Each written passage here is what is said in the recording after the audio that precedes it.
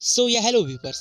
मैं हूँ arc explainer और आज मैं एक्सप्लेन करने वाला हूँ एक एनिमे सीरीज जिसका नाम है डेथ पैराडे। ये एनिमे एक यूनिक स्टोरी लाइन पर बेस्ड है जिसमें मरने के बाद लोगों की आत्माएं एक हायर डायमेंशन में जाती है जहाँ पर उन्हें एक गेम खेलने के लिए कहा जाता है और एक जज डिसाइड करता है कि किसे मिलेगा पुनर्जन्म और किसे मिलेगा नर्क। लेकिन इस स्टोरी में एक ट्विस्ट आता है। अब उसे जानने के लिए आपको इस सीरीज के एक्सप्लेनेशन वीडियोस को देखना होगा। So without wasting time let's start the explanation. Episode के स्टार्ट में एक कपल एक बार में एंटर करता है लिफ्ट के जरिए। वहाँ का बारटेंडर उन्हें वेलकम करता है जिसका नाम था डेकम। वो उनसे एक सवाल पूछता है कि आपको यहाँ आने से पहले की बातें याद है, और शॉकिंगली उन्हें कुछ भी याद नहीं होता। वो यहाँ पर कैसे आए, कहाँ से आए, ये कुछ भी उन्हें पता नहीं होता। ये बात जानकर डेकिम उन्हें एक गेम खेलने के लिए कहता है और जब तक ये गेम कंप्लीट नहीं होती वो दोनों इस बार में से बाहर नहीं जा सकते। उसकी ये बातें सुनकर वो दोनों इरिटेट हो जाते हैं और बाहर निकलने का रास्ता खोजने लगते हैं। उन्हें वो नहीं मिलता। डेकिम से गुस्से में वो यहाँ का एग्जिट पूछते हैं, पर डेकिम उन्हें वॉल के पीछे मौजूद डेड बॉडीज को दिखाता है। उन्हें देखकर वो दोनों डर कर ये गेम खेलने के लिए मंजूर हो जाते हैं। वो रैंडमली एक गेम को चूज करते हैं। ये गेम डार्ट शूटिंग का होता है। जिसके ज्यादा पॉइंट्स होंगे वो इस गेम का विनर होगा। लेकिन इस गेम में एक ट्विस्ट होता है। डार्ट बोर्ड्स पर उन दोनों के बॉडी पार्ट्स मौजूद होते हैं जो कि उन दोनों को रिप्रेजेंट करते हैं। जो भी डार्ट को बोर्ड पर हिट करेगा तो उसके पार्टनर के बॉडी में पेन होगा। डार्ट जितना सेंटर के पास होगा पेन उतना ही ज्यादा होगा। उन दोनों को डेकिम की ये बातें झूठी लगती है और बिना सोचे समझे वो इस गेम को स्टार्ट कर देते हैं। सबसे पहले वो आदमी जिसका नाम तकाशी होता है वो डार्ट को बोर्ड पर हिट करता है। डार्ट को बोर्ड पर हिट करते ही उसके पार्टनर के शोल्डर में पेन होने लगता है। उसकी वाइफ जिसका नाम मिचिको था उसके शोल्डर में जोर से पेन होने लगता है। उन दोनों को लगता है ये एक कोई इंसिडेंस था। अब मिचिको डार्ट को हिट करती है जो सीधा चेस्ट पर जाके लगता है और ताकेशी की चेस्ट में पेन होने लगता है। अब उन्हें ये बात सच लगने लगती है। ताकेशी जो कि एक डॉक्टर था वो डेकम से पूछने जाता है कि बिना किसी सर्जरी के या कनेक्शन के हमें पेन कैसे हो रहा है, ये तुम लोग कैसे कर रहे हो। डेकम उन्हें गेम खेलने के लिए कहता है और पेन को अवॉइड करने के लिए उन्हें सारे डार्ट्स मिस करने के लिए कहता है। अगर उन दोनों ने सारे डार्ट मिस कर दिए तो माचिको ये गेम जीत जाएगी क्योंकि उसका स्कोर ज्यादा था। अब ताकेशी अपने वाइफ को जिताने के लिए उसे सारे डार्ट्स को मिस करने के लिए कहता है और खुद भी सारे डार्ट्स को मिस हिट करता रहता है। लेकिन एक वक्त पर वो दोनों गलती से डार्ट को बोर्ड पर हिट करते हैं और उन दोनों की बॉडी में पेन होता है। अब ताकेशी के पास लास्ट डार्ट बच जाता है और माचिको उसे पेट पर ना मारने के लिए कहती है क्योंकि वो प्रेग्नेंट थी। ये बात जानकर ताकेशी खुश हो जाता है क्योंकि अब वो फादर बनने वाला था। वो उस लास्ट डार्ट को हिट करता है। हिट करते वक्त उसके माइंड में एक थॉट आता है। उसके कारण वो डार्ट फिसल कर सीधा स्टमक के ऊपर हिट कर जाता है। माचिको के पेट में बहुत ज्यादा दर्द होने लगता है। ताकाशी ने माचिको के फ्रेंड्स को बात करते वक्त सुन लिया था कि उसका एक बॉयफ्रेंड है। अब ताकाशी को लगने लगता है कि उसकी वाइफ उसके साथ चीट कर रही है और वो माचिको का लास्ट डार्ट लेकर अपने बोर्ड पर हिट करने जाता है। डेकम्स ने रूल में बताया था कि जो ज्यादा पॉइंट्स को स्कोर करेगा वो विनर होगा, चाहे डार्ट कौन सा भी हो। बदले की आग में वो डार्ट को हिट करने वाला था तभी माचिको उसकी मिसअंडरस्टैंडिंग को क्लियर करती है। ताकाशी ने माचिको के फ्रेंड्स को किसी माची नाम के लड़के के बारे में बातें करते वक्त सुना था, लेकिन वो माचिको की दोस्त थी। ताकाशी को लगता है कि माची माचिको का निकनेम है। अब उसे रियलिटी का पता चल जाता है और उसे अपनी गलती का एहसास भी हो जाता है कि माचिको ने उसके साथ चीट नहीं किया। वो उसे हक करने के लिए जाता है लेकिन उसके हाथ में मौजूद वो डार्ट माचिको को लग जाता है। अब वो गुस्से में उस डार्ट को उसके हाथ से लेकर बोर्ड की तरफ हिट करती है और उसी वक्त उसे अपने पास्ट की सारी मेमोरीज याद आती है। उन दोनों का एक्सीडेंट हुआ था, यानी वो दोनों मारे गए थे। वो डार्ट सीधा सेंटर में जाके लगता है, यानी वो डार्ट सीधा हार्ट पर लगने के कारण ताकाशी के हार्ट में जोर से पेन होने लगता है। माचिको ये गेम जीत जाती है। वो डेकम से क्वेश्चन करती है कि क्या हम लोग मर चुके हैं, तो डेकम हाँ में जवाब देता है। तभी ताकाशी की भी सारी मेमोरीज वापस आ जाती है, जहाँ पर माचिको हमेशा अपने फोन में बिजी रहती थी। उसे शक होने लगा था कि कहीं उसका अफेयर तो नहीं है। एक बार ऐसे ही कार चलाते वक्त माचिको को एक कॉल आया था। ड्राइव करते वक्त ताकाशी माचिको के हाथ से उस मोबाइल को छीनने की कोशिश करती है और उनके बीच झगड़ा हो जाता है। इसी बीच उनके कार का बेहद जोर से एक्सीडेंट हो जाता है और वो दोनों उस एक्सीडेंट में मारे जाते हैं। ये बात जानकर ताकाशी को भी पता चलता है कि वो मर चुका है। अब वो डेकम को गॉड मानने लगता है और उसे वापस अर्थ पर भेजने की रिक्वेस्ट करता है। ताकाशी अब मेंटली अनस्टेबल हो जाता है। अब उसे लगने लगता है कि वो चाइल्ड भी उसका नहीं है। माचिको ने सच में उसके साथ चीट किया है और ये बात सच थी। माचिको इस बात को कन्फेस कर लेती है कि ये चाइल्ड उसका नहीं किसी और का है। अब ताकेशी गुस्से में उसे मारने के लिए आगे बढ़ता है पर डेकिम उसे पकड़ लेता है और अपने वेब्स में बांध देता है। डेकिम उन दोनों को उन्हीं लिफ्ट में वापस भेज देता है और जजमेंट के हिसाब से ताकाशी को रीइंकार्नेशन यानी पुनर्जन्म मिलता है और माचिको के सोल को वॉइड में भेजा जाता है जो कि सोल्स का ग्रेवयार्ड था। वहाँ से लौटते वक्त वहाँ की हेड जिसका नाम नोना था वो डेकम को एक लड़की से मिलाती है और ये एपिसोड यहीं पर खत्म हो जाता है। नेक्स्ट एपिसोड के स्टार्ट में नोना जो इस जगह की हेड थी उसके साथ एक लड़की मौजूद होती है। ये जगह एक हायर डायमेंशन में मौजूद होने के कारण यहाँ पर हर एक चीज अनकॉमन होती है। नोना उस लड़की को अपने साथ ले जाती है। वो दोनों डेकम के बार में जाते हैं। वो दोनों एक लिफ्ट में एंटर करते हैं जहाँ पर उस लिफ्ट का ऑपरेटर क्लेविस उन्हें डेकम के बार में ले जाता है। नोना उस लड़की को डेकम से मिलाती है। उस लड़की का नाम चियुकी था जहाँ पर दो लोग इस बार में आने वाले थे और डेकिम उन्हें जज करने वाला था। नोना उसे एक्सप्लेन करती है कि हम सब आर्बिटर्स हैं और हम सोल्स के पास्ट मेमोरीज को देखकर उनके बीच एक गेम को खिलाकर उसके अंदर एक्सट्रीम कंडीशंस को क्रिएट कर उन्हें जज करते हैं। नोना चियुकी को डेकम के जजमेंट्स ऑब्जर्व करने के लिए कहती है क्योंकि उसे उसका असिस्टेंट बनना था। वो नोना के साथ ऑब्जर्वेटरी रूम में जाती है जहाँ पर डेकम्स की डमीज मौजूद होते हैं। डमीज को क्रिएट करना डेकम की हॉबी होती है। जिन डेड बॉडीज को हमने एपिसोड के स्टार्ट में देखा था वो यही डमीज थी। अब वो दोनों आ जाते हैं जिन पर जजमेंट होने वाली थी। वो दोनों ताकाशी और माचिको थे यानी उनके जजमेंट को नोना और चियुकी के पॉइंट ऑफ व्यू से हमें दिखाया जाता है। नोना चियुकी को एक्सप्लेन करती है कि हम गेम्स के दौरान सोल के बीच में एक्सट्रीम कंडीशन को क्रिएट करते हैं ताकि सोल उस कंडीशन को मेंटली हैंडल ना कर सके और अपने ट्रू फॉर्म में आ जाए। चियुकी कहती है जब हमें उनकी मेमोरीज पता है तो उस बेसिस पर हम उन्हें जज क्यों नहीं करते। नोना कहती है कि इस एक्सट्रीम कंडीशन में सोल अपने डार्कनेस को शो करती है और वो उसके प्रेजेंट को डिपिक्ट करता है जिसके कारण हम उन्हें इजीली जज कर पाते हैं। वो दोनों उनके गेम को देखने जाते हैं। नोना चियुकी को सारी सिचुएशन एक्सप्लेन करती है। नोना उन दोनों के डेथ के बारे में भी चियुकी को एक्सप्लेन करती है। चियुकी उन दोनों के इमोशनल बिहेवियर्स को समझ रही थी। नोना उसे कहती है कि सोल्स की मेमोरीज जो कि पहले वैनिश हुई थी गेम खेलते वक्त उन्हें वो याद आ जाती है जिसके कारण ये सिचुएशन और भी ज्यादा एक्सट्रीम हो जाती है। नोना चियुकी से कहती है जजमेंट के बाद गुड सोल को री इनकारनेशन यानी पुनर्जन्म दिया जाता है और इविल सोल को वॉइड में भेजा जाता है जहाँ से वापस नहीं लौटा जा सकता। चियुकी उन्हें बड़े ध्यान से ऑब्जर्व करती है। माचिको के इमोशंस को देखकर उसे कुछ अलग फील होता है। वो इस सिचुएशन को समझ लेती है। गेम खत्म होने के बाद वो दोनों डेकम से मिलने जाते हैं जहाँ पर ताकाशी को री इनकारनेशन मिला था और माचिको को वॉइड। लेकिन चियुकी को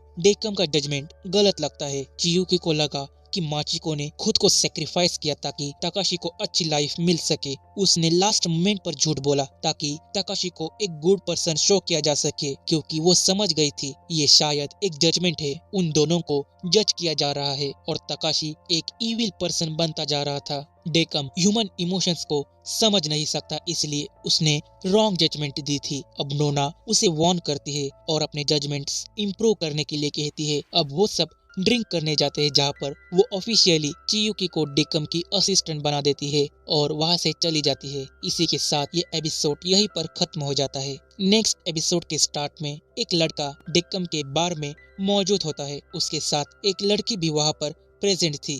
अब चियुकी डेकम के साथ होती है एज अ असिस्टेंट। हर बार की तरह डेकम उनसे सिमिलर क्वेश्चन पूछता है। या आने से पहले क्या तुम्हें तुम्हारी मेमोरीज याद है जहाँ पर उस लड़के को याद था कि वो एक बस में अपने घर जा रहा था और उस लड़की को कुछ भी याद नहीं होता। अब डेकम उन्हें रूल्स एक्सप्लेन करता है। तुम दोनों को एक गेम खेलना होगा जिस पर तुम्हारी लाइफ डिपेंड है। वो दोनों डर जाते हैं और बाहर निकलने की कोशिश करते हैं, लेकिन उन्हें रास्ता नहीं मिलता। वो लड़की और भी ज्यादा डरी हुई थी क्योंकि उसको उसका नाम तक याद नहीं था। उस लड़के का नाम शिगारो होता है। वो उस लड़की को साथ में गेम खेलने के लिए कहता है। वो दोनों उस गेम को खेलने के लिए तैयार हो जाते हैं। वो एक रैंडमली गेम को चूज करते हैं और गेमिंग प्लेटफॉर्म उनके सामने तैयार हो जाता है। उन दोनों को बॉलिंग बॉल की गेम खेलनी थी। हर बार की तरह इस गेम में भी एक ट्विस्ट होता है। बॉल्स के अंदर उन दोनों के हर्ट्स मौजूद होते हैं। जितना टाइट वो उस बॉल को पकड़ेंगे उतना ही तेज दर्द उसके पार्टनर को होगा। वो दोनों बॉल के जरिए एक दूसरे के हर्ट्स बीट्स को फील कर सकते हैं। ये बात जानकर शिगारू बॉल को टाइट नहीं पकड़ता, जिससे उस लड़की को पेन भी नहीं होता। वो दोनों बॉल को पकड़कर समझ जाते हैं कि वो दोनों नर्वस फील कर रहे हैं। शिगारू को उस लड़की को देखने के बाद कुछ धुंधली यादें याद आ जाती है। वो गेम को कंटिन्यू करते हैं और उन दोनों को भी पेन नहीं हो रहा था क्योंकि वो दोनों संभल कर इस गेम को खेल रहे थे। शिगारो उस लड़की की तरफ धीरे धीरे अट्रैक्ट होने लगता है। कुछ देर बाद वो उस लड़की से कहता है कि अगर मैं ये गेम जीत गया तो क्या तुम मेरे साथ डेट पर चलोगी। ये बात सुनकर चियुकी को बुरा लगता है क्योंकि वो दोनों पहले से ही मर चुके थे, लेकिन इस बात का डेकम पर कोई भी फर्क नहीं पड़ता। वो लड़की अब नर्वस हो जाती है और गेम को कंटिन्यू करने जाती है जहाँ पर उसकी मेमोरीज भी लौट रही थी। वो अपने विजन में शिगारो को देखती है। जैसे जैसे वो गेम को कंटिन्यू कर रहे थे उनकी मेमोरीज लौट रही थी। वो लड़की शिगारो को चाइल्डहुड से ही जानती थी। उसका नाम चिसाटो था। वो शिगारो को याद दिलाती है, मैं तुम्हारी चाइल्डहुड फ्रेंड थी जो दूसरे सिटी में शिफ्ट हुई थी। शिगारो उसे पहचान लेता है। उन्हें देखकर डेकिम चियुकी से एक बात कहता है और उसे सुनकर वो चौंक जाती है। अब शिगारो गेम को कंटिन्यू करता है। अगर वो इस गेम को जीत गया तो वो चिसाटो के साथ डेट पर जाएगा। तभी उसे अपनी मेमोरीज भी याद आती है जहाँ पर चिसाटो एक बॉलिंग बॉल क्लब में काम करती थी और शिगारो उसे पसंद करता था। वो उससे बात करने ही वाला था तभी उनकी बस का एक्सीडेंट हो जाता है। ये बात जानकर कि वो लोग मर चुके हैं वो चिसाटो को ये बात नहीं बताता। अब चिसाटो अपना गेम कंटिन्यू करने जाती है जहाँ पर उसे अपनी मेमोरीज भी याद आ जाती है। इसी बीच उसका हाथ बॉल से फिसल जाता है और शिगारो गेम को जीत जाता है। डेकम उसे कांग्रेस करने आता है पर शिगारो उससे सवाल पूछता है कि क्या मैं मर चुका हूँ। डेकिम उसे हाँ कहता है। वो उसे एक्सप्लेन करने लगता है पर शिगारो उसे कुछ भी एक्सप्लेन ना करने के लिए कहता है। वो चिसाटो के पास जाता है और अपना लास्ट टाइम उसके साथ स्पेंड करना चाहता है। चिसाटो को भी पता चल जाता है कि वो दोनों मर चुके हैं, फिर भी वो अपना वक्त उसी के साथ गुजारना चाहती है। वो दोनों उनके डेट के लिए डेकिम से कुछ टाइम मांगते हैं और वो उन्हें 5 मिनट का समय दे देता है। ये सुनकर चियुकी भड़क जाती है और उसे टाइम इंक्रीज करने के लिए कहती है। डेकिम उन्हें जितना चाहे उतना टाइम दे देता है। अपनी डेट को पूरी करने के बाद वो दोनों अलग हो जाते हैं। उन दोनों को रीइंकार्नेशन मिलता है, लेकिन यहीं पर एक ट्विस्ट होता है।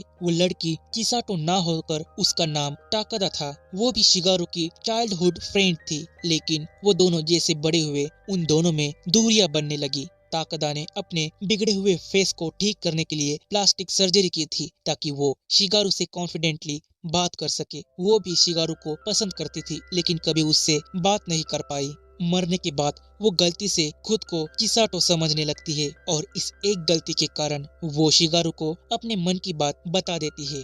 वहाँ से जाते वक्त उन दोनों को अपनी रियल मेमोरीज याद आ जाती है और वो दोनों खुश होकर वहाँ से चले जाते हैं। इसी के साथ ही एपिसोड यहीं पर खत्म हो जाता है। एपिसोड 4 के स्टार्ट में मिसाकी और तातेशी नाम के एक लड़का और औरत की सोल इस बार में आते हैं। उन्हें भी डेकम की बातें झूठ लगती है। मिसाकी को लगता है कि वो दोनों एक रियलिटी शो का पार्ट है और इस बार में हिडन कैमरास लगे हुए हैं। मिसाकी भी ऐसे ही शोज में एक्टिंग करती थी। डेकम की बात सुनकर उसे ये भी एक रियलिटी शो का ही पार्ट लगता है। उन्हें लगता है कि वो लोग उनके साथ प्रैंक कर रहे हैं, लेकिन सच्चाई कुछ और होती है। वो ततेशी को नॉर्मली एक्ट करने के लिए कहती है ताकि शो इंटरेस्टिंग हो सके। वो दोनों रैंडमली एक गेम को चूज करते हैं और उनके सामने प्लेटफॉर्म क्रिएट हो जाता है। उन दोनों को एक वीडियो गेम खेलना होता है। उस गेम के कैरेक्टर्स वो खुद होते हैं। उनकी एबिलिटीज भी उनके रियल लाइफ से सिमिलर थी। दोनों गेम को स्टार्ट करते हैं और फर्स्ट राउंड ततेशी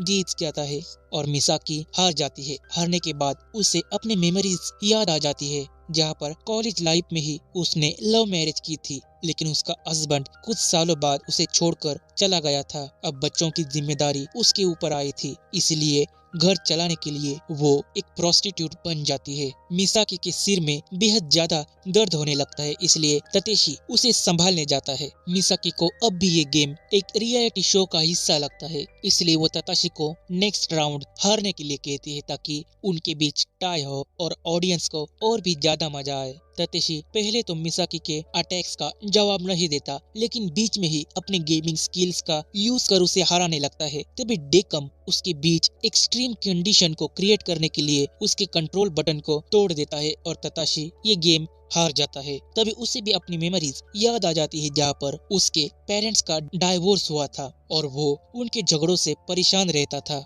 अब मिसाकी वापिस ततेशी को वॉशरूम ले जाती है और उसे कहती है कि ये गेम मुझे जीतने दो, क्योंकि मैं इस शो की मेन कैरेक्टर हूँ। ततेशी कहता है कि ये मुझे रियलिटी शो नहीं लग रहा। वो दोनों डेकम से पूछने जाते हैं कि ये सब रियलिटी शो का पार्ट है या नहीं। डेकम जवाब देता है नहीं। बार में एंटर करते वक्त उन दोनों को डेकम के डमीज दिखाई दिए थे, इसलिए उन्हें लगता है कि वो सब एक जगह पर कैद है और हारने पर उन्हें डेकम मार देगा। इसलिए इस बार वो गेम को सीरियसली खेलते हैं, जहाँ पर मिसाकी हार रही थी। पर गेम में अचानक से उसके सारे बच्चे आ जाते हैं और उसे गेम जिताने में हेल्प करते हैं। तभी डेकम मिसाकी के कंट्रोलर को तोड़ देता है और उसके बीच एक्सट्रीम सिचुएशन को क्रिएट करता है। अब गेम को जीतने के लिए मिसाकी ततेशी के सिर को गेमिंग स्क्रीन पर पटकने लगती है। एक्सट्रीम सिचुएशन के कारण उसका इविल फॉर्म सबके सामने आ गया था। अब ततेशी को भी अपनी मेमोरीज याद आ जाती है, जहाँ पर डाइवोर्स के बाद वो अपने पेरेंट्स के झगड़ों से परेशान हुआ था।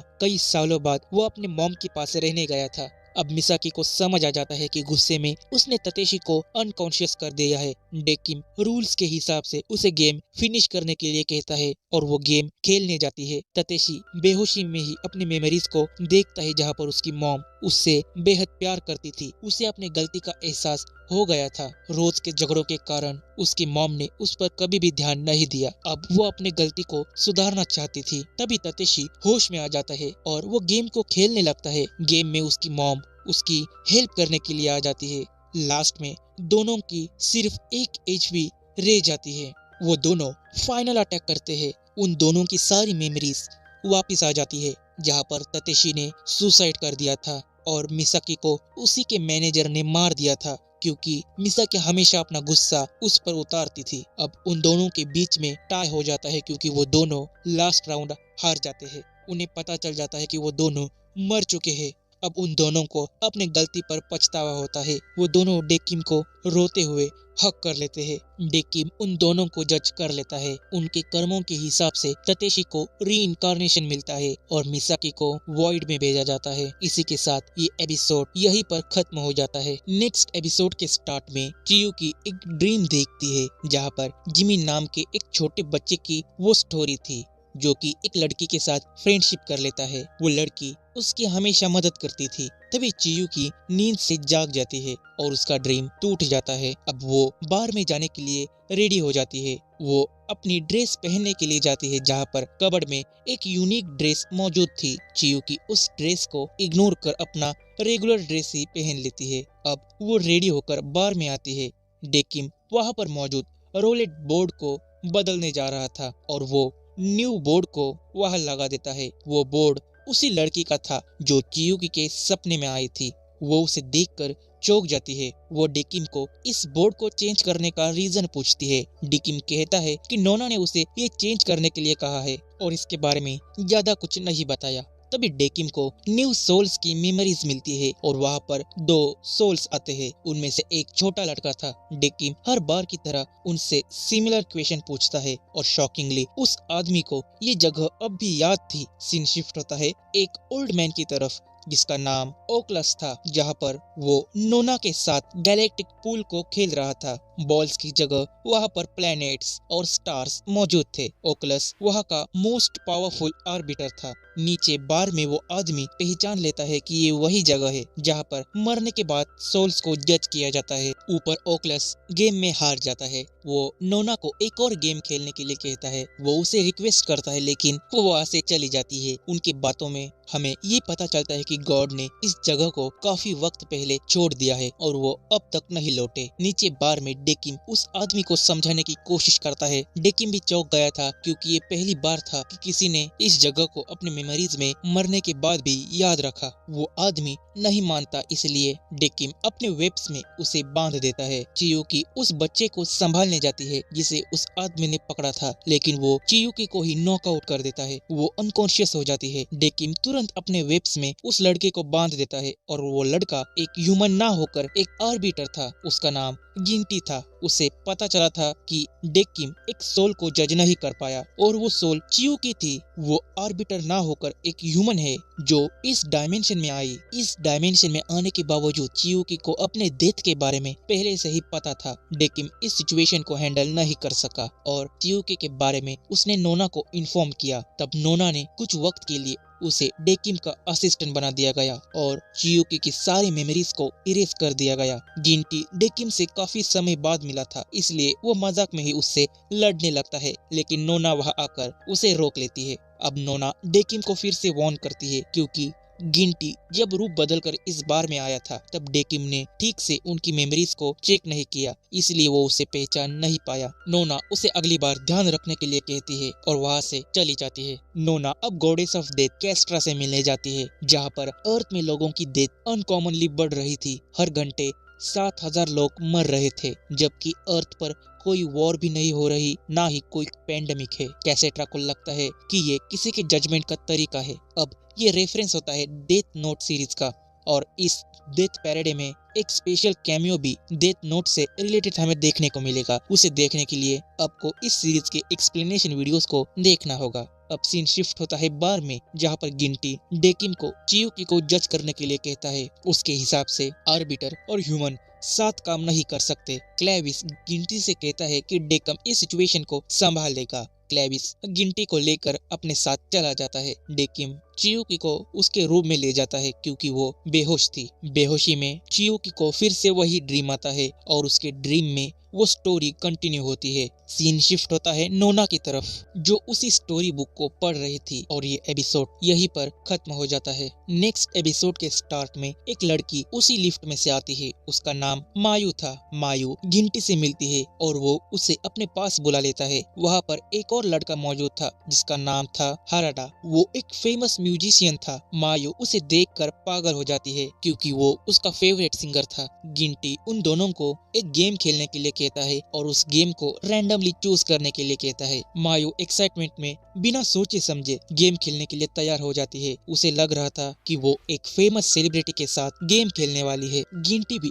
डेकिम की तरह ही एक जज था जो सोल्स को जज करता है। गिंटी उन्हें गेमिंग रूम में ले जाता है जहाँ पर बहुत सारे कलरफुल सर्कल्स मौजूद थे। एक टॉकिंग स्पिन व्हील उन्हें इंस्ट्रक्शन देगा कि किस हाथ से कौन से कलर पर टच करना है और उस व्हील को एक कैट कंट्रोल करेगी जो कि गिंटी की थी। सबसे पहले जो भी अपना बैलेंस खोकर गिर जाएगा वो इस गेम को हार जाएगा। उन दोनों को ये गेम सिंपल लगता है। वो दोनों गेम को स्टार्ट करते हैं। जैसे जैसे वो गेम को खेल रहे थे उनकी मेमोरीज लौट रही थी। वो दोनों काफी देर तक इस गेम को खेलते हैं और एंजॉय करते हैं, लेकिन काफी वक्त बाद वो दोनों थक जाते हैं। वो गिंटी से एक ब्रेक मांगते हैं, लेकिन वो उन्हें ब्रेक देने से मना कर देता है। गिंटी के रूड बिहेवियर के कारण मायू गुस्सा हो जाती है, लेकिन हाराडा के कारण वो खुद को कंट्रोल कर लेती है। तभी गेम में एक ट्विस्ट आ जाता है। गिंटी मायू को रेड कलर को टच करने के लिए कहती है। जैसे ही वो उसे टच करती है फ्लोर अचानक से गर्म हो जाता है। अब फ्लोर को चेंज करने के लिए हाराडा को नेक्स्ट मूव करना होगा।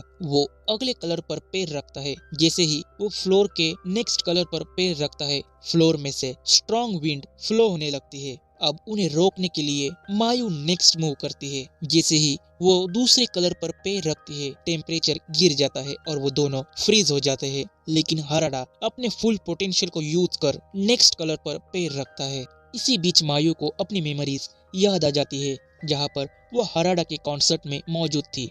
वो उसकी काफी बड़ी फैन थी। अब हाराडा ने नेक्स्ट कलर पर सक्सेसफुली पैर रख दिया था, इसलिए सब कुछ नॉर्मल हो जाता है। लेकिन वो दोनों जिस कलर पर खड़े थे उन्हें छोड़कर पूरा फ्लोर नीचे चला जाता है और वो दोनों उसी पोजीशन में फंस जाते हैं। नीचे शार्प मेटल स्पाइक मौजूद थे। ये सडन डेथ राउंड था। उन्हें लगता है अगर वो गिर गए तो मारे जाएंगे। अब वो दोनों घबरा जाते हैं। मौत के डर के कारण हाराडा मायू को धकेलने जाता है, लेकिन मायू खुद उसे धकेलने के लिए कहती है क्योंकि वो हाराडा की काफी बड़ी फैन थी और वो अपने फेवरेट सेलिब्रिटी को उसकी वजह से मरने नहीं देना चाहती। उसकी बातें सुनकर हाराडा को गिल्टी फील होता है और उसे अपनी मेमोरीज भी याद आ जाती है जहाँ पर उसने अपने गर्लफ्रेंड के साथ ब्रेकअप कर लिया था। इसी गम में उसके गर्लफ्रेंड ने सुसाइड कर लिया। अब इस बार मायू उसके लिए अपनी जान देने के लिए तैयार हो जाती है। वो उसे आखिरी अलविदा कर नीचे कूद जाती है, लेकिन हाराडा उसका हाथ पकड़ लेता है। उसे अपने चाहने वालों की इम्पोर्टेंस समझ आ गई थी, इसलिए वो अब मायू को खोना नहीं चाहता। अपने गर्लफ्रेंड को खोने के बाद उसे समझ आ गया था कि अपने चाहने वालों को खोना कैसा होता है। लेकिन मायो का हाथ उसके हाथ से फिसल जाता है और वो नीचे गिर जाती है। मायो को गिरते वक्त अपने डेथ के बारे में भी पता चल जाता है कि वो बाथरूम में फिसलकर गिर गई थी और सिर पर चोट लगने के कारण वो मारी गई। अब मायू जैसे ही नीचे गिरती है, वो मेटल स्पाइक एक रबर बॉल में चेंज हो जाता है और उसे पकड़ लेता है। अब हाराडा को भी अपनी डेथ याद आ जाती है। वो एक बॉम्ब ब्लास्ट में मारा गया था। वो दोनों अपने गलतियों को और अपने डेथ को एक्सेप्ट कर लेते हैं। मायू अपने गीले कपड़ों को चेंज करने जाती है। पहले तो उसे कोई भी पहचान नहीं पाता, लेकिन उसके गुस्सेल स्वभाव को देखकर वो दोनों उसे पहचान लेते हैं। अब हाराडा अपनी गलतियों को एक्सेप्ट कर लेता है। मरने के बाद उसे ये एहसास हो जाता है। अब हाराडा उन सब के लिए एक गाना गाता है और उसे सुनने के लिए डेकिम और चियुकी भी वहाँ पर आ जाते हैं। इसी के साथ ये एपिसोड यहीं पर खत्म हो जाता है। नेक्स्ट एपिसोड के स्टार्ट में ओकलस आर्बिटर्स के बारे में हमें इन्फो देता है। आर्बिटर्स अपने जजमेंट को कभी भी पास नहीं कर सकते। उनके पास ह्यूमन इमोशंस भी नहीं होते, इसलिए वो ह्यूमंस को जज कर पाते हैं। सीन शिफ्ट होता है गिंटी की तरफ, जो परेशान था क्योंकि डेकम एक ह्यूमन को जज नहीं कर पा रहा था। सीन शिफ्ट होता है चियुकी की तरफ, जिसे बुक शेल्फ में एक बुक मिलती है। उसमें वही सारे कैरेक्टर्स मौजूद थे जो उसके सपने में आते थे। वो वही स्टोरी थी। उसे देखकर वो चौंक जाती है। उसकी मेमोरीज भी उसे देखकर याद आ जाती है। बाद में वो उसी बुक को लेकर डेकिम के पास जाती है और इसके बारे में उससे जानकारी पूछती है। डेकिम कहता है इस बुक को क्वीन ने यहाँ पर रखा होगा, जो फॉर्मर आर्बिटर थी, यानी वो उसी बार की जज थी। अब स्टोरी पास्ट में जाती है जहाँ पर क्वीन जज कर रही थी और डेकिम या फिर गिंटी को नया जज बनाया जाने वाला था, यानी वो दोनों क्वीन को रिप्लेस करने वाले थे। नोना उन दोनों की एक टेस्ट लेती है जिसमें उन्हें सोल के बीच में चल रहे गेम में एक्सट्रीम सिचुएशन क्रिएट करने के लिए कहती है। गिंटी उन दोनों सोल्स के बीच में एक्सट्रीम सिचुएशन को क्रिएट करता है, लेकिन डेकिम नहीं। जजमेंट के बाद वो सब बार में बैठकर ड्रिंक करते हैं, जहाँ पर नोना डेकिम से एक्सट्रीम सिचुएशंस को ना क्रिएट करने का रीजन पूछती है। डेकिम जवाब देता है कि मेरा ध्यान उन सोल्स पर था। उन दोनों के गेम को और बिहेवियर को मैं नोटिस कर रहा था, इसलिए एक्सट्रीम सिचुएशन को क्रिएट करना भूल गया। ये बात सुनकर क्वीन और नोना दोनों इम्प्रेस हो जाते हैं और उसे एक जज बना देते हैं। क्वीन रिटायर हो जाती है। डेकम ये सारी बातें चियुकी को बता रहा था। चियुकी उसके बारे में और भी जानना चाहती थी, इसलिए वो अपने द्वारा बनाए हुए डमीज को उसे दिखाता है। डेकिम हर उस शख्स की डमी बनाता था जिसे उसने जज किया है। सीन शिफ्ट होता है क्वीन की तरफ, जो नोना से मिलने जाती है। क्वीन अब मेमोरी ब्यूरो में काम करती थी और वहाँ की हेड थी, जहाँ पर डेथ पीपल्स के मेमोरीज को स्टोर किया जाता था। उनकी बातों से हमें ये पता चलता है कि नोना एक आर्बिटर के अंदर इमोशंस को डालना चाहती है, इसीलिए उसने चियुकी को डेकिम की असिस्टेंट बना दी। सीन शिफ्ट होता है डेकिम की तरफ,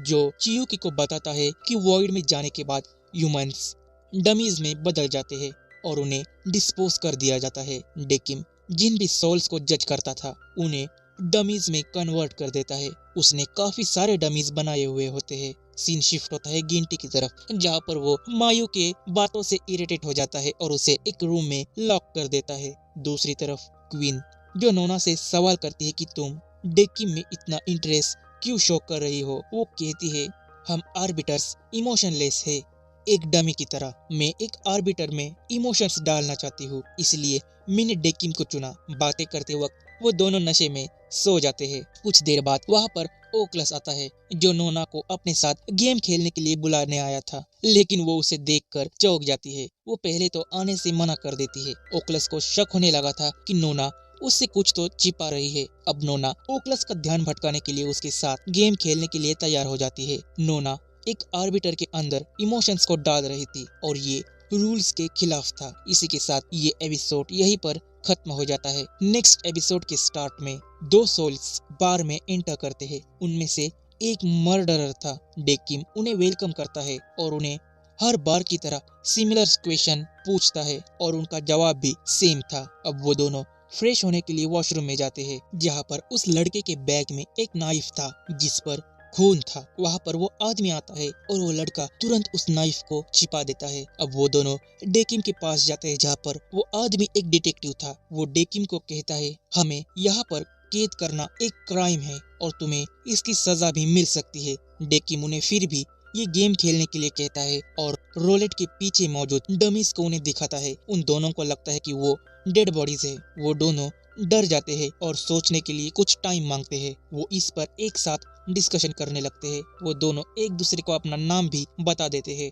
डिटेक्टिव का नाम तात्सुमी था और उस लड़के का नाम शिमाडा था। वो दोनों गेम खेलने के लिए तैयार हो जाते हैं। उनके सामने प्लेटफॉर्म तैयार होकर आ जाता है। ये गेम टेबल हॉकी का था। जो सबसे पहले 6 गोल्स स्कोर करेगा वो विनर होगा। गेम में एक ट्विस्ट होता है। पक्स के ऊपर उनके बॉडी पार्ट्स मौजूद होते हैं। अगर उन्हें कुछ हुआ तो उनके बॉडी में भी पेन होगा। रेड पक्ष शिमाडा का था और ब्लू तात्सुमी का। दोनों गेम को स्टार्ट करते हैं। गेम खेलते वक्त शिमाडा को उसकी मेमोरीज याद आ जाती है। उसकी एक बहन भी थी। उनके पेरेंट्स उन्हें छोड़कर चले गए थे, इसलिए वो दोनों ही एक साथ रहते थे। चियुकी डेकिम को उसके पास मौजूद रिमोट को यूज ना करने के लिए कहता है, जिससे वो एक्सट्रीम कंडीशंस को क्रिएट करता था। उसे लगता है कि उनके बीच में ये कंडीशंस अपने आप ही नेचुरली क्रिएट हो जाएंगी। अब गेम में उन दोनों के पॉइंट्स इक्वल हो जाते हैं, इसलिए वो एक ब्रेक ले लेते हैं। वो दोनों एक दूसरे के साथ अपनी लाइफ की बातें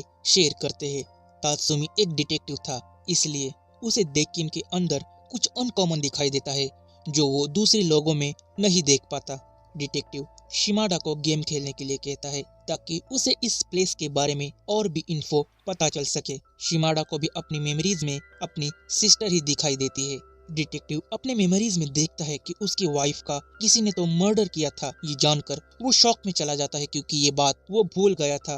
वो एक ब्रेक ले लेता है और उसके वाइफ के बारे में सोचने लगता है। उसकी मेमोरीज धीरे धीरे लौट रही थी। वो अपनी वाइफ के मर्डरर को खोज रहा था। एक काबिल डिटेक्टिव होने के बावजूद वो उसे ढूंढ नहीं पा रहा था। अब वो दोनों गेम खेलने के लिए वापस आ जाते हैं, जहाँ पर वो डिटेक्टिव पहले से भी अच्छी तरीके से गेम खेल रहा था। गेम खेलते वक्त उस लड़के को भी अपनी मेमोरीज याद आ जाती है, जहाँ पर उसके बहन को किसी ने तो हैरेस किया था। इस बात को याद कर वो भी चौंक जाता है। अब वहाँ पे डेकिम आता है, जो उन्हें पक्स को उनके बॉडी के साथ लिंक करने के लिए कहता है और वो दोनों पक्स उनके साथ लिंक हो जाते हैं। अब अगर वो आँख वाले पक के साथ स्कोर करेगा तो उसके आँख में दर्द होगा। अगर वो हर्ट वाले पक के साथ स्कोर करेगा तो उसके हार्ट के अंदर दर्द होगा। रेड पक शिमाडा का था। अगर शिमाडा का पक डिटेक्टिव गोल करता है तो दर्द शिमाडा को होगा। अगर शिमाडा डिटेक्टिव के पक के साथ गोल करता है तो दर्द डिटेक्टिव को होगा। डिटेक्टिव को डेकिम की ये बातें सच लगती है। शिमाडा थोड़ा सा बेचैन था। डिटेक्टिव उससे इस बेचैनी का रीजन पूछता है। शिमाडा उसे अपने सिस्टर के साथ हुए इंसिडेंट के बारे में बता देता है। जिस शख्स ने उसके सिस्टर को हैरेस किया वो उसे मारना चाहता है। डिटेक्टिव भी अपनी वाइफ के मर्डरर को मारना चाहता था। इसी के साथ ये एपिसोड यहीं पर खत्म हो जाता है। नेक्स्ट एपिसोड के स्टार्ट में डेकिम नोना से रिक्वेस्ट करता है कि चियुकी को भी सोल्स के मेमोरीज को एसेस करने का मौका मिले। वो परमिशन दे देती है और चियुकी उनकी मेमोरीज को देख लेती है और उन्हें देखकर चौंक जाती है, क्योंकि वो दोनों मर्डरर थे। अब शिमाडा भी उसी आदमी को मारना चाहता था जिसने उसके सिस्टर को हैरेस किया। डिटेक्टिव भी उसके थॉट से सहमत होता है, क्योंकि ऐसे लोगों के कारण ही ये दुनिया नर्क के समान है। अब वो दोनों गेम स्टार्ट करते हैं, जहाँ पर रेड पक्ष शिमाडा का था और डिटेक्टिव उससे गोल कर देता है। शिमाडा के पेट में बेहद तेज दर्द होने लगता है और उसे अपनी मेमोरीज भी याद आ जाती है जहाँ पर उसने अपने सिस्टर को हरास करने वाले को मार दिया था। ये मेमोरीज उसे याद आ जाती है जहाँ पर एक और शख्स वहाँ पर मौजूद था जिसने शिमाडा के सिस्टर के हैरेसमेंट को देख लिया था। डिटेक्टिव उसे संभालने जाता है और शिमाडा सारी सच्चाई डिटेक्टिव को बता देता है। अब वो दोनों गेम को फिर से कंटिन्यू करते हैं जहाँ पर अब शिमाडा गोल करता है और डिटेक्टिव के बॉडी में पेन होता है। इसी के साथ वो अपनी मेमोरीज को भी देख पाता है। उसने अपनी वाइफ के मर्डरर को मार दिया था। अब डिटेक्टिव पेन के कारण बेहोश हो जाता है। शिमाडा उसे संभालने जाता है लेकिन कुछ देर बाद डिटेक्टिव अचानक से नॉर्मल कंडीशन में आ जाता है। वो शिमाडा को गेम कंटिन्यू करने के लिए कहता है। अब इस बार उन दोनों के बीच में एक्सट्रीम कंडीशन नॉर्मली क्रिएट हो जाती है। जैसे चियुकी ने कहा था, शिमाडा इस गेम को जीत जाता है और डिटेक्टिव हार जाता है। लास्ट गोल शिमाडा ने किया था, इसलिए डिटेक्टिव को पेन होता है और उसकी मेमोरीज लौट आती है जहाँ पर उसकी मौत शिमाडा के पास मौजूद नाइफ से हुई थी। अब डेकिन उन्हें उनके सिचुएशन के बारे में एक्सप्लेन करता है कि वो दोनों मर चुके हैं और उन्हें वो जज करने वाला है। शिमाडा को कुछ भी समझ नहीं आता लेकिन डिटेक्टिव अपने पेट पर मौजूद जख्म को उसे दिखा देता है। शिमाडा ने डिटेक्टिव को मार दिया था। डिटेक्टिव उस घर में एंटर करता है जिसमें शिमाडा ने उसी आदमी को मारा था जिसने उसके सिस्टर को हैरेस किया। डिटेक्टिव उस आदमी पर काफी वक्त से नजर रखे हुए था क्योंकि वो काफी सारी लड़कियों को हैरेस करता था। डिटेक्टिव जैसे ही उसके घर में एंटर करता है शिमाडा उसे तुरंत मार देता है। उसे भी ये पता चल जाता है कि जब वो आदमी उसके सिस्टर को हैरेस कर रहा था तब डिटेक्टिव ने उन्हें देख लिया था लेकिन उसने उसके सिस्टर की हेल्प नहीं की। वो चाहता था कि कोई तो उस आदमी से अपना बदला जरूर ले और उसे मार दे। वो बदला शिमाडा लेता है। अब गुस्से में वो डिटेक्टिव पर हमला करने के लिए आगे बढ़ता है क्योंकि उसने उसके सिस्टर को नहीं बचाया जबकि वो बचा सकता था। शिमाडा को डेकिन अपने वेब्स में बांध देता है। गुस्से में शिमाडा डिमांड करता है कि उसे डिटेक्टिव को मारना है। अब उन्हें जज करने के लिए डेकिन उसके सामने सारे पक्ष को रख देता है जिन पर डिटेक्टिव के बॉडी पार्ट्स थे। अगर वो डिस्ट्रॉय हो जाएंगे तो डिटेक्टिव के बॉडी में बेहद ज्यादा पेन होगा। चियुकी ये सब रोकने जाती है क्योंकि ये सब बहुत ही ज्यादा एक्सट्रीम लेवल पर पहुंच गया था। चियुकी एक ह्यूमन थी इसलिए वो इमोशनली इस सिचुएशन को समझ सकती थी पर डेकिन नहीं। चियुकी की बातें सुनकर डेकिन भी इस सिचुएशन को इमोशनली समझने लगता है और उसके अंदर धीरे धीरे इमोशंस क्रिएट होने लगे थे। चियुकी शिमाडा को उन सारे पक्ष को डिस्ट्रॉय ना करने के लिए कहती है। अगर उसने ऐसा किया तो वो वॉइड में चला जाएगा और अपने सिस्टर से कभी भी वापस नहीं मिल पाएगा। शिमाडा अपने एंगर को कंट्रोल नहीं कर पाता और सारे पक्ष को डिस्ट्रॉय कर देता है। डिटेक्टिव के बॉडी में काफी ज्यादा पेन होता है और वो अनकॉन्शियस हो जाता है। चियुकी इस सब का जिम्मेदार डेकिन को मानती है क्योंकि वो ह्यूमन इमोशंस को समझ नहीं सका। डेकिन ने अच्छाई में भी बुराई खोजने की कोशिश की। अब उनके कर्मों के हिसाब से उन दोनों को वॉइड मिलता है और ये एपिसोड यहीं पर खत्म हो जाता है। नेक्स्ट एपिसोड की स्टार्ट डेकिन के बर्थ से होती है। वो एक आर्बिटर था इसलिए उसे क्रिएट किया गया था, यानी टेक्निकली उसका बर्थ नहीं हुआ। नोना डेकिन को एक आर्बिटर बनने के रूल्स एक्सप्लेन करती है। अब स्टोरी प्रेजेंट में आती है जहाँ पर डेकिन नोना से मिलने आता है। उसके अंदर ह्यूमन इमोशंस क्रिएट होने लगे थे इसीलिए वो सोल्स के बीच में एक्सट्रीम कंडीशंस को क्रिएट नहीं कर पा रहा था।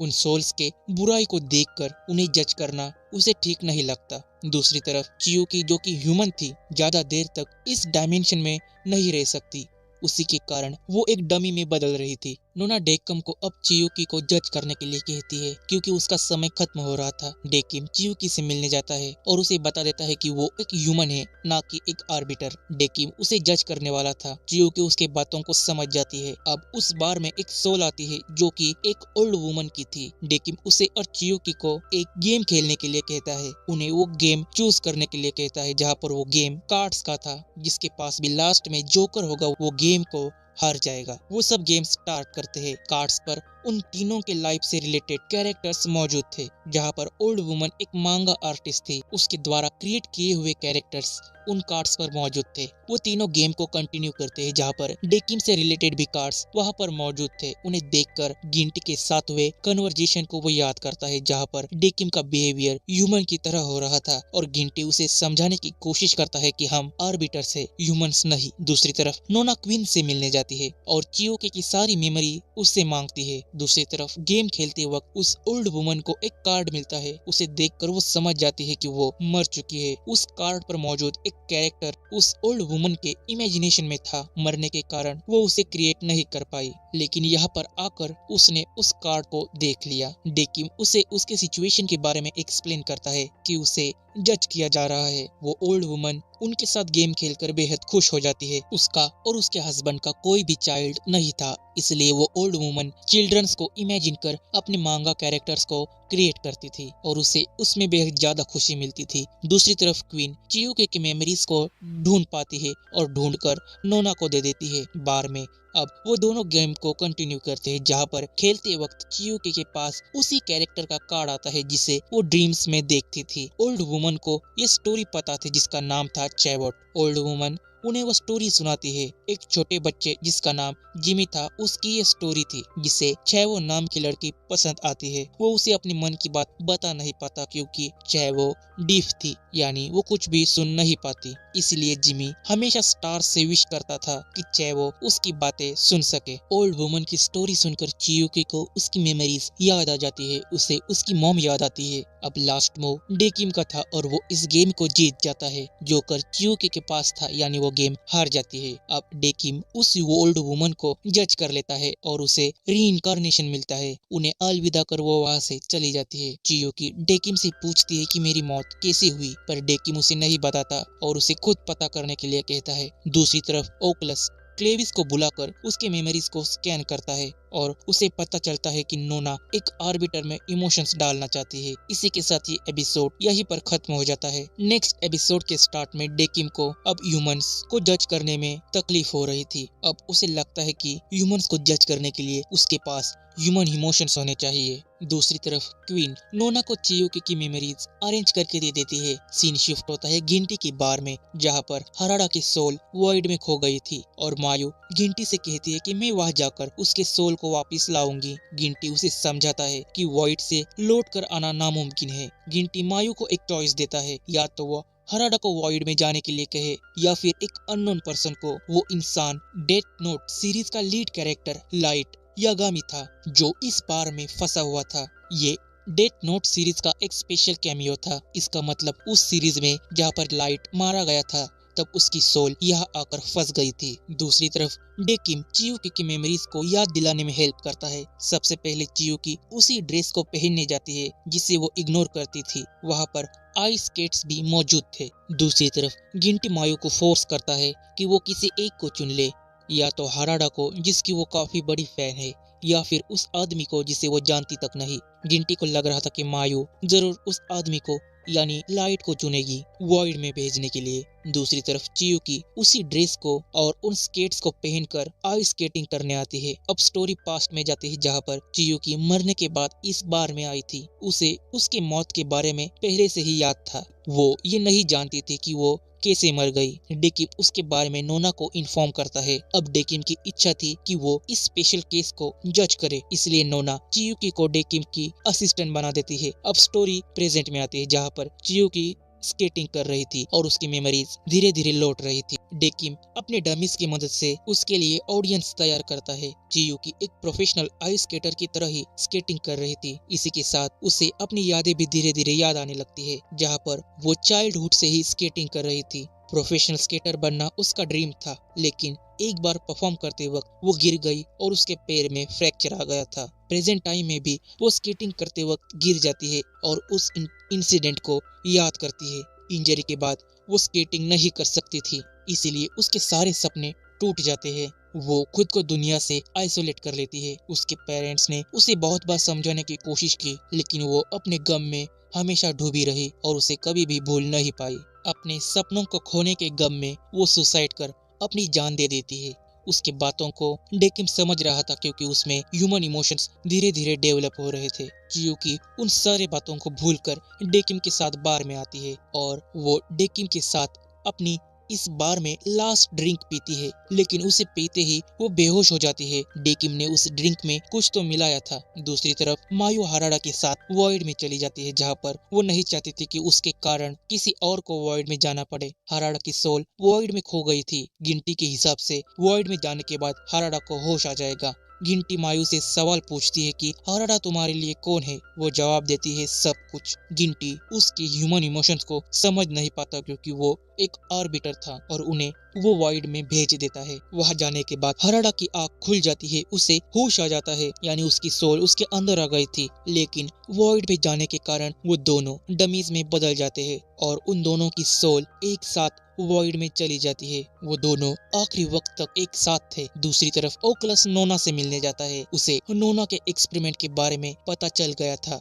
बार में डेकिम चियुकी को एक जगह पर ले जा रहा था। इसी के साथ ये एपिसोड यहीं पर खत्म हो जाता है। नेक्स्ट एपिसोड के स्टार्ट में डेकिम क्वीन से चियुकी की सारी मेमोरीज मांगता है। नोना के कहने पर क्वीन ने चियुकी की सारी मेमोरीज पहले से ही असेंबल की थी, इसलिए वो तुरंत उसे भेज देती है। दूसरी तरफ ओकलस, जो कि नोना के मेमोरीज को स्कैन करने की कोशिश करता है, लेकिन चालाक नोना उसे ये करने नहीं देती। ओकलस को आर्बिटर इमोशंस के बिना चाहिए था, लेकिन नोना डेकिम के अंदर इमोशंस डाल रही थी।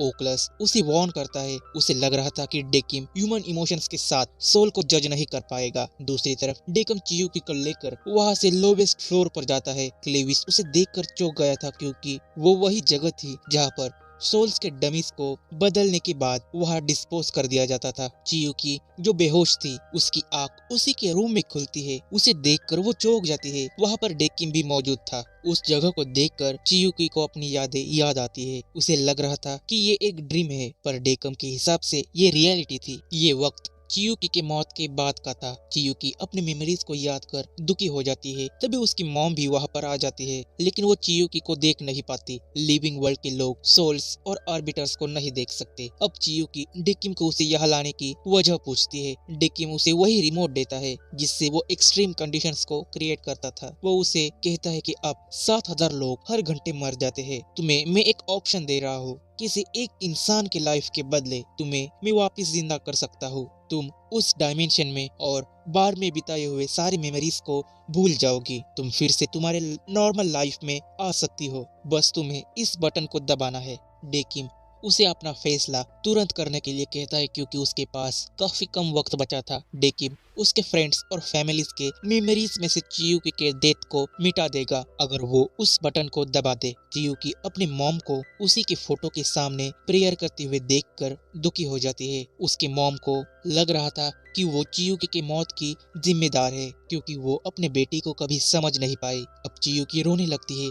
वो अपने मॉम से माफी मांगना चाहती थी और उन्हें बताना चाहती थी कि इसमें उनकी कोई भी गलती नहीं है, बल्कि उसी ने अपने मर्जी से सुसाइड कर लिया था। अब चियुकी तय करती है कि वो उस बटन को दबाएगी और फिर से लिविंग वर्ल्ड में लौट आएगी। तभी उसे उन सारी सोल्स की बातें याद आती है जिनके जजमेंट्स को उसने देखा था। वो अपने डिसीजन को तुरंत बदल देती है, क्योंकि हर किसी का किसी न किसी के लाइफ में इम्पोर्टेंस जरूर होता है, जैसे उसकी मॉम का उसके लाइफ में था। और वो अपने स्वार्थ के लिए किसी और को तकलीफ नहीं देना चाहती। वो किसी और की जान नहीं लेना चाहती। उसे लाइफ की वैल्यू समझ आ गई थी। वो रोते वक्त अपने मॉम की माफी मांगती है। डेकिम भी उसके इमोशंस को समझ रहा था। उसके कंडीशन को देखकर वो पहली बार इमोशनल हो जाता है।